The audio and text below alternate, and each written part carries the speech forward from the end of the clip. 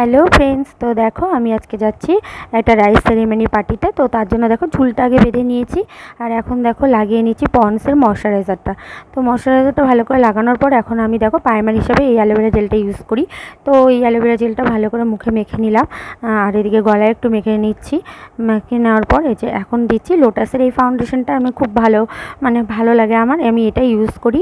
তো এটাকে এখন ব্লেন্ড করে নিচ্ছি ব্লেন্ডারটা দিয়ে। আমি অন্য সময় না হাত দিয়েও করি, তো এখন আমি ব্লেন্ডারটা দিয়েই ব্লেন্ড করে নিচ্ছি। তো ভালো করে দেখো ব্লেন্ড করে নিচ্ছি, আর এই ফাউন্ডেশনটা আমার সাথে খুব ভালো যায়।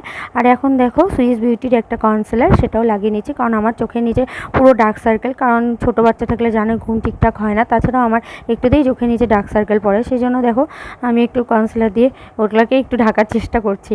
আর এইদিকে দেখো একটা আমি ল্যাকমি লুজ পাউডার ইউজ করি, তো এই ফেস পাউডারটা একটু লাগিয়ে নিচ্ছি ভালো করে। তো আমি যেটুকু মেকআপ পারি সেটুকুই তোমাদের সাথে শেয়ার করছি, মানে যেরকম আমি পারি। আর এখন দেখো মেকআপ প্যালেট থেকে এই যে বাউন্ড শেডের যে ইয়েটা আছে আইশ্যাডোটা, ওটা দিয়েই আমি একটু আমার আইব্রোটাকে আঁকিয়ে নিচ্ছি। আমি অত ভালো আইব্রো আঁকতে পারি না, তো যতটা পারি সেটাই চেষ্টা করে এই যে এঁকে নিয়েছি। আর আমার দুইটা ভুরুতেই কাটা আছে, ওই জন্য অতটাও ভালো হয় না। আর এখন দেখো আমি একটু আইশ্যাডো লাগিয়ে নিচ্ছি, হালকা করে আগে লাগিয়ে নিচ্ছি। তারপরে এখানে আমি দেখো একটা ডার্ক কালার লাগাবো, তারপরে একটা গোল্ডেন শেডে করে নিয়েছি আইশ্যাডোটা। আর এখন দেখো ল্যাকমির আইলাইনার আমি ইউজ করি, সেটা লাগিয়ে নিয়েছি, আর একটা কাজল পরে নিয়েছি।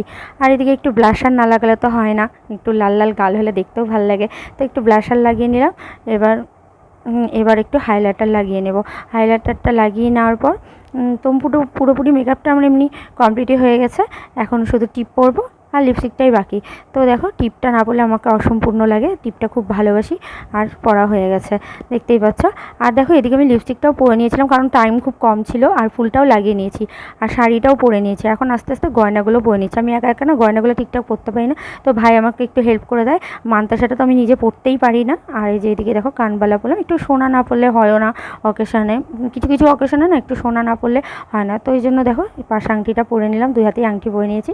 আর শাড়িটা আমার নতুন, ব্লাউজটাও নতুন, বর দিয়েছিল ভার পুজোয় পরার জন্য, তখন পরা হয়নি, তো এখন পরে নিলাম। আর আমার ফেভারিট পাসটাও নিয়ে নিলাম, দেখতেই পাচ্ছ।